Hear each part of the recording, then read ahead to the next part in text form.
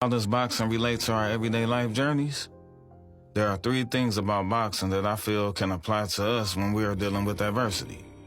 Number 1, you have to make adjustments. Some of the best fighters I like to watch are the ones that can make adjustments according to what's going on in real time during the fight. My favorite adjuster is Terrence Bud Crawford. Sometimes he starts off in a southpaw stance. He sometimes stays southpaw, but sometimes he sees something and switches to orthodox, and vice versa. He has power in both stances.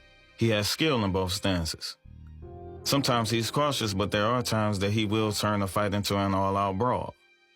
I've seen him get caught with shots, but shortly after he's caught with a shot, he usually ends the bout.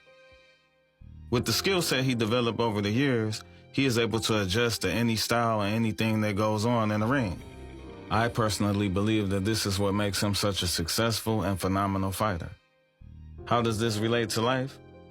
Well, there are seasons that we go through that are tough and that move us away from what we consider our norm. We're faced with trials that we absolutely have no control over.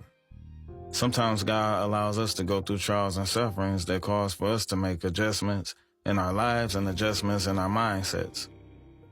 I was a hard worker. I had a full-time job as a commodity inventory controller at a produce factory. A commodity inventory controller manages inventory, maximize profits, and minimize waste of product. The job paid pretty well. On average, I was getting about $25 per hour.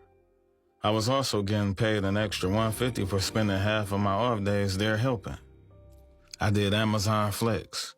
I did Instacart and DoorDash with some of my spare time. 5 to 6 days a week, I was working in one of those avenues. I worked on music alone and with a friend of mine by the name of Dave Bolden. I came and went as I pleased. I had what I considered to be freedom. Dietra and myself enjoyed going to the movies and eating at nice restaurants.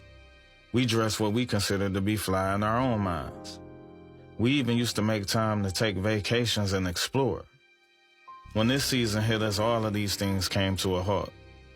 My new role was to be an advocate for my wife and a father to my child.